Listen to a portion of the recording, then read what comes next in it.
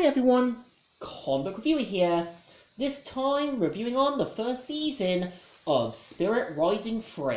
Now, as you know, Spirit Riding 3 was a computer animated series that was produced by Dreamworks Animation Television and distributed by Netflix. And keep in mind that, Dreamworks worked with Netflix to do their own sort of TV prequels or sort of continuations, like Trolls The Beat Goes On, Dawn of the Croods, as well as Spirit, and even revamped old TV shows like Voltron, He-Man and She-Ra. So the premise of the first season of Spirit Riding 3 is meant to follow 12-year-old girl Lucky Prescott, who basically goes from her big city town to the small frontier town of Miradero.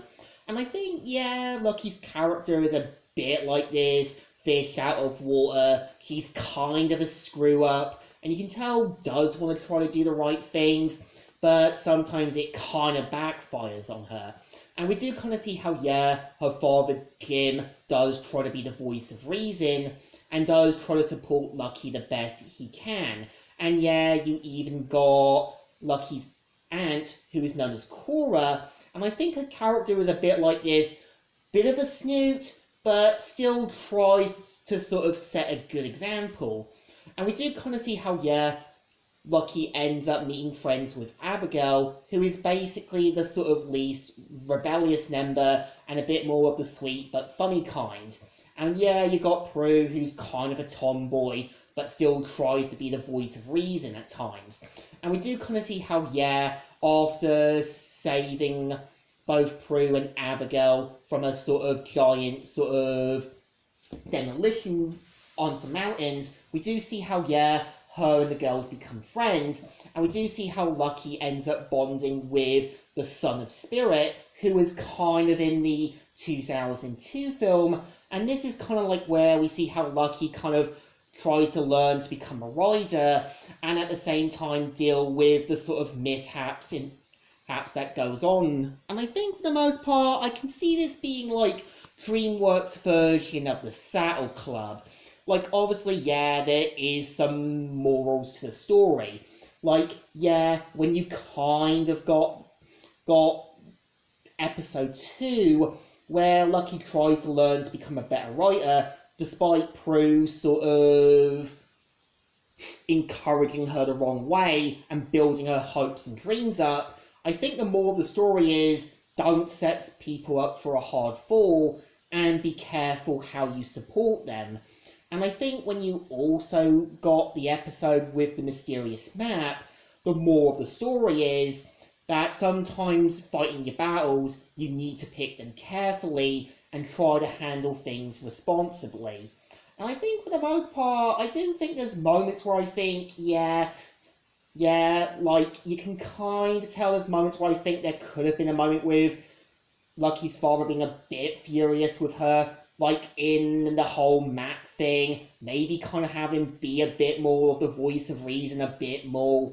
It does seem like most of the time Lucky's actions do kind of backfire on her, and you kind of expect the town to be a bit more sort of realising their own mistakes. Like, Lucky's teacher not really properly apologising, and it did kind of seem like Lucky was a little furious at her teacher and saying that she'll probably never talk to her again.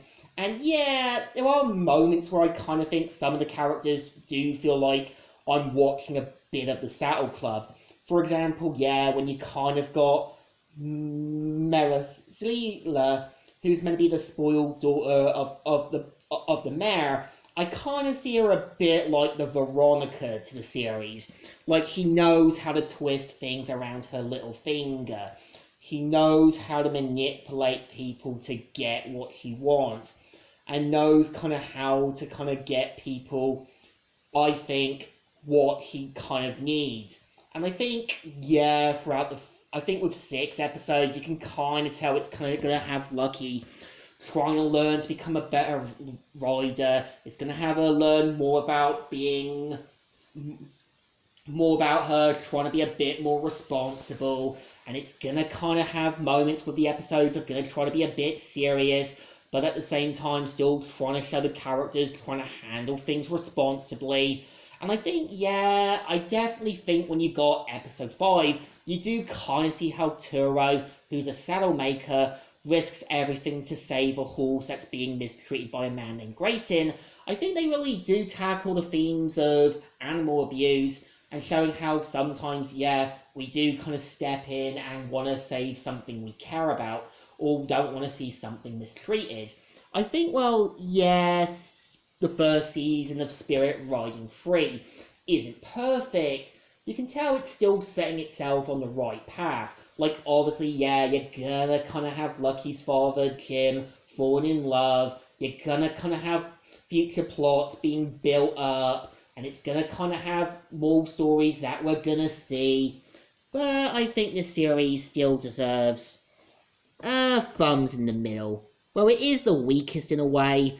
I think it still definitely deserves some recognition, and I can kind of see where Untamed was doing something different with the story, something different to spice up. So, Comic Reviewer here, signing out.